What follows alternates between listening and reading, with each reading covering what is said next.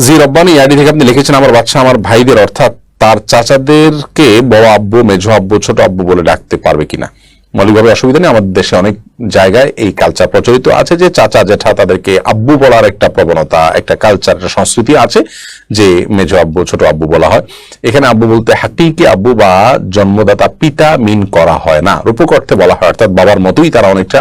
আম্মুর রাজুল সিমু আবিহি বা একজন মানুষের চাচা তার বাবার মতোই অনেকখানি, সেই জায়গা থেকে তাকে বাবা বলা হয়ে থাকে। এতে কোনো অসুবিধা নেই।